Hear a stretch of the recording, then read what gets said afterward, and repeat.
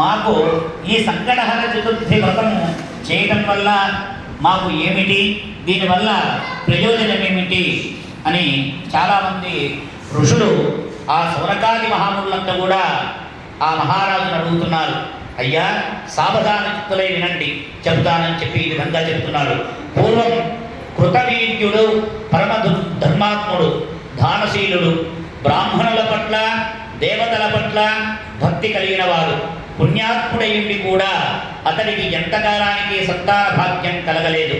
అప్పుడు అతడు తన రాజ్యాన్ని మంత్రులను అప్పగించి అడవులకు పోయి కేవలం గాలిని మాత్రమే సేవిస్తూ సంతానం కోసం కఠోరమైన తపస్సు చేయసాగాడు. నేడో రేపో మరణించడానికి సిద్ధంగా ఉన్న పరమేశ్వరుని అనుగ్రహం పొందలేకపోయాడు. దీనికి కారణం అతడి పూర్వజన్మలలోని సంచిత కర్మలు బలీయంగా ఉండడమే. జన్మాంతర్యమైన ఇతడి పాపం ఏ విధంగా నశించిందో చూడండి. అంతకంటే ముందు ఇతడి పూర్వ చరిత్రను తెలుసుకుందాం. పూర్వజన్మలో కృతవీర్యుడు ఒక కడజాతివాడు, పరమ దుర్మార్గుడు. ఇతడు దక్షిణ మాత్రం చేత మన సమస్త పుణ్యాలు కూడా హరించకపోతాయి. ఇతడు ఓ సందర్భంలో డబ్బు కోసం 12 మంది అమాయకుల సత్పురుషులైన బ్రాహ్మణులను దారుణంగా హత్య చేశాడు. ఆ బ్రహ్మహత్య దోషమే అతడిని తరువాత జన్మలో అంటే కృతవీర్యుడిగా పుట్టిన తరువాత కూడా వేధిస్తుంది. అయితే ఇంతటి కఠినాత్ముడు దుర్మార్గుడు కూడా అతడికి తెలియనికుంటనే మాఘకృష్ణ చతుర్థి రోజు చంద్రోదయ సమయంలో గణపతిని స్మరించడం వల్ల ఒకసారి మరోసారి అదే జన్మలో చివరిసారి కూడా అదే తిథిలో మరణించడం వల్ల తరువాత జన్మలో కృతవీర్యుడనే రాజుగా జన్మిస్తారు. అనుకోకుండా గత జన్మలో ఇతడు గణపతిని ఏ విధంగా స్మరించాడో చూడండి. అది మాఘకృష్ణ చతుర్థి రోజు చంద్రోదయ సమయం. ఆ రోజు ఈ కఠినాత్ముడికి ఎక్కడ కూడా ఆహారం లభించలేదు. ఆహార పదార్థం లభించకపోయినప్పటికీ అతడికి కొంత దూరం వెళ్ళిన తర్వాత కాస్త కావలసినంత ఆహారం దొరికింది. ఆ రోజు సాయంత్రం సూర్యాస్తమయం కాబోతుంది. ఆ సమయంలో తన కుమారుడైన గణపతిని పిలిచి, గణపతి రా, భోజనం చేద్దాం, ఆకలిగా ఉందని చెప్పి 10 మార్లు కూడా గణపతి గణపతి అని పిలిచినందువల్ల తొందరగా రా అంటూ కొనుగోలు పిలుచుకుంటారు. ఆ కఠినాత్ముడు ఆ రోజు గణపతికి అత్యంత ప్రీతిపాత్రమైన దినం. ఆ రోజునే అందరూ సంకటహర చతుర్థి వ్రతాన్ని ఆచరిస్తారు. ఆ రోజు ఏ ఉద్దేశంతోనైనా ఎవరినైనా కానీ గణపతిని కనుక ఒక్కసారి స్మరిస్తే చాలు, అతనికి విశేషమైన పుణ్యం లభిస్తుంది. కఠినాత్ముడికి కూడా ఆ విధంగా అనంతమైన పుణ్యం లభించింది. ఆ రోజు ఆ తర్వాత మళ్ళీ కొంతకాలానికి అదే మాఘకృష్ణ చవితి రోజున చంద్రోదయ సమయాన అతనికి మరణం సంభవించింది. పరమ పవిత్రమైన ఆ దినాన అతడు మరణించడం వల్ల వైరాక లోకాన్ని పొందాడు. ఆ పుణ్య విశేషం వల్ల మరుజన్మలో కృతవీర్యుడనే రాజుగా జన్మించాడు. అయితే పూర్వజన్మలో 12 మంది బ్రాహ్మణులను అకారణంగా చంపిన పాపం వల్ల అతడికి మరుజన్మలో ఎంతో కఠోరమైన తపస్సు చేసిన సంతాన భాగ్యం కలగలేదు.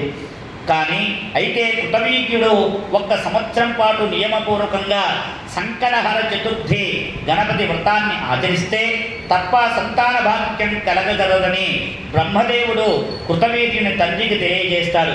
ఈ వ్రతాన్ని మాఘబహుళంలోని మంగళవారంతో కూడిన చవితి ఎప్పుడైతే వస్తుందో ఆ రోజు చంద్రోదయ సమయాన ఓ శుభముహూర్తంలో ఈ వ్రతాన్ని ప్రారంభించాలి.